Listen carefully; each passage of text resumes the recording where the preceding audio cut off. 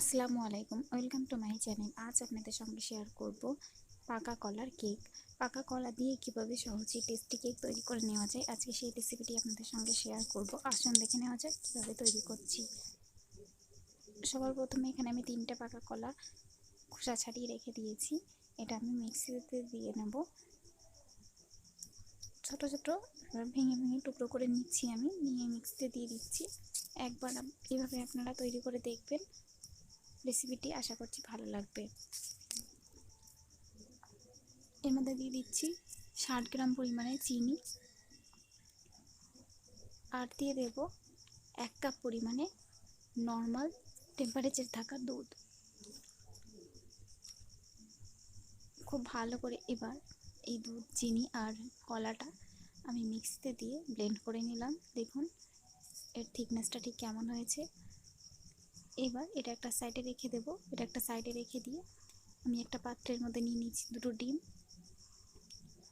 দুটো নিয়ে নিচ্ছি, আর দিয়ে দেব এর মধ্যে মেল্ট করে নেওয়া বাটারটা আমি মেল্ট করে নিয়েছি। এখানে 50 গ্রাম পরিমাণে বাটার আমি নিয়েছি। খুব ভালো করে এবার আমি ডিম আর বাটারটা একসঙ্গে হ্যান্ড উইস্কের সাহায্যে খুব ভালো মতো মিশিয়ে নেব। একটু সময় নিয়ে এটা করতে হবে, যাতে করে খুব ভালো করে ডিমটা একসঙ্গে মিশে যায়। এখনও পর্যন্ত আমার চ্যানেলটা সাবস্ক্রাইব না করে থাকলে অবশ্যই করে সাবস্ক্রাইব করে পাশের বেল আইকনে ক্লিক করে রাখবেন। যখনই আমি নিত্য নতুন সহজ রেসিপি শেয়ার করব, সেটা সবার আগে আপনাদের কাছে পৌঁছে যাবে। খুব ভালো করে একটু সময় নিয়ে এটা মেশাতে হবে, যাতে করে খুব ভালো করে ডিমটা ফেটিয়ে নেওয়া হয়। দেখতেই পাচ্ছেন ডিমটা আমি খুব ভালো করে ফেটিয়ে নিচ্ছি।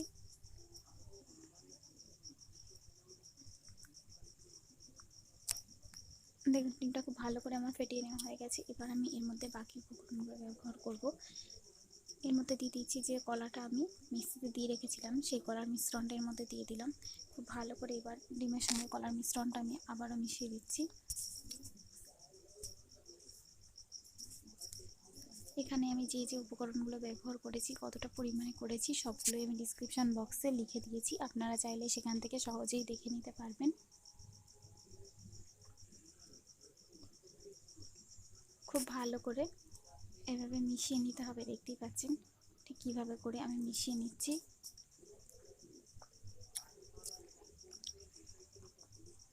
এবার এর মধ্যে দিয়ে দিচ্ছি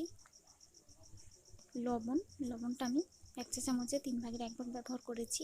দিয়ে দিচ্ছি 200 গ্রাম পরিমাণে ময়দা। অবশ্যই করে ময়দাটা আপনারা চেলে ব্যবহার করবেন। এবার ময়দা আর লবণটা খুব ভালো করে আমি এর সঙ্গে মিশিয়ে দিচ্ছি।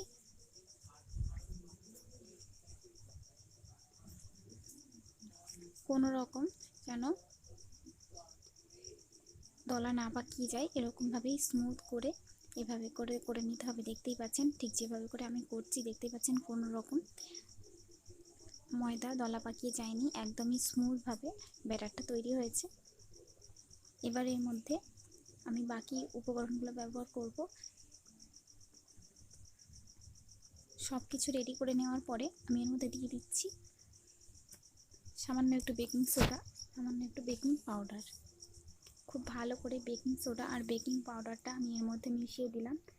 দিয়ে দেখতেই পাচ্ছেন ঠিক একই দিকে আমি খুব ভালো করে এভাবে 1 মিনিট মতো একটু ঘুরিয়ে নেব। নিলেই ব্যাটারটা আমাদের রেডি হয়ে গেছে।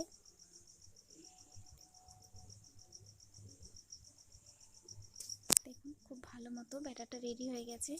এবার আমি এই ব্যাটারটা কেক মোল্ডের মধ্যে ঢেলে দেব। আমি এখানে কেকের এই মোল্ড ব্যবহার করেছি, আপনারা চাইলে বাড়ির যে কোনো পাত্রে ব্যবহার করতে পারেন। তবে এর আগে এর মধ্যে খুব ভালো করে তেল ব্রাশ করে নেবেন। এখানে আমি খুব ভালো করে তেল ব্রাশ করে নিয়েছি। এখানে কোনো পেপার আমি ব্যবহার করিনি, এতে করে সহজেই কেকটা উঠে আসবে। খুব ভালো করে 2-1 বার এরকম করে দেওয়ার পরে এবার আমি দিয়ে দিচ্ছি কড়াইয়ের মধ্যে আমি একটা ছোটো বসিয়ে দিয়েছিলাম।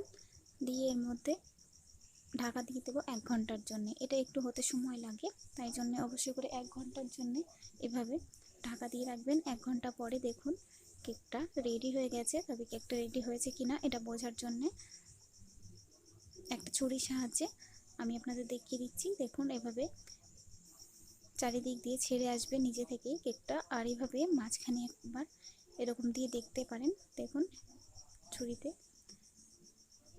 পরিষ্কার বার হয়েছে ছুরিটা, তার জন্য এটা আমি নামিয়ে নিলাম।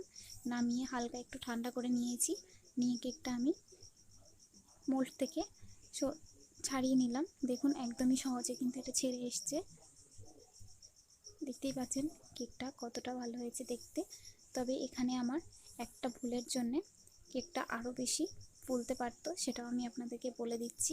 এখানে আমি যে বেকিং সোডা বা বেকিং পাউডারটা ব্যবহার করেছি সেটা কিছুদিন আগে নিয়ে আসা ছিল, তার জন্যে আপনারা এখানে অবশ্যই করে যে বেকিং সোডা বা বেকিং পাউডারটা ব্যবহার করবেন সেটা খোলা অবস্থাতে রাখবেন না, বা বেশি দিনের বেকিং সোডা বা বেকিং পাউডারটা এখানে ব্যবহার করবেন না, করলে কেকটা ঠিকমতো ফোলে না। দেখুন এই কেকটা কিন্তু খেতে অনেক বেশি মজার হয়, একবার অবশ্যই তৈরি করে দেখবেন। আজকের মতন এই পর্যন্তই।